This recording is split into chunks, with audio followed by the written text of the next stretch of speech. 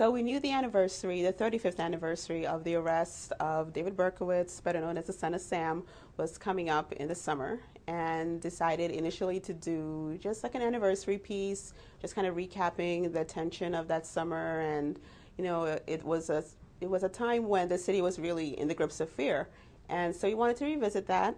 And just in my research, I realized that he was upstate, less than 2 hours away, and just on a whim decided I would send him a letter and see if he'd be interested in doing an interview. And that's really how the ball got rolling. So I reached out to him by letter, and initially he said yes, and then he changed his mind and said no, just to send him a letter with some questions.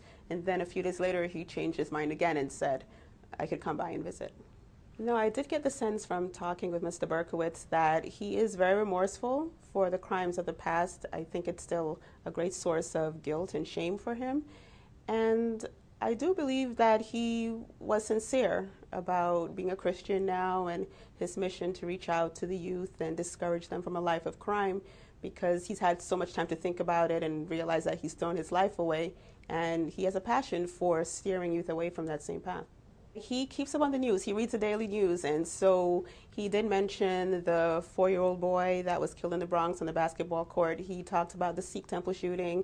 He mentioned the Aurora shooting. So he does keep up on the news, and he's very troubled by all the what he calls senseless gun violence by youth that seem to have no direction, and he's really afraid that there's going to be a whole generation of lost youth.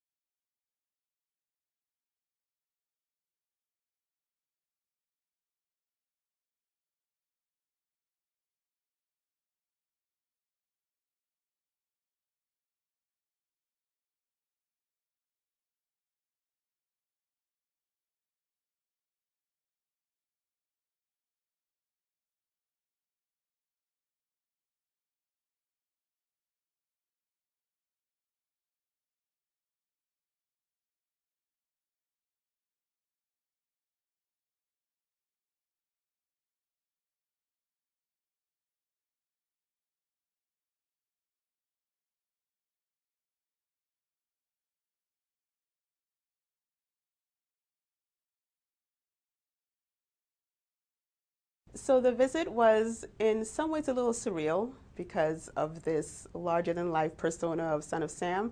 But at the same time, I found him to be really personable and very genuine and affable. And we just talked and talked. And before I knew it, it was 2.5 hours later. And we just talked about everything.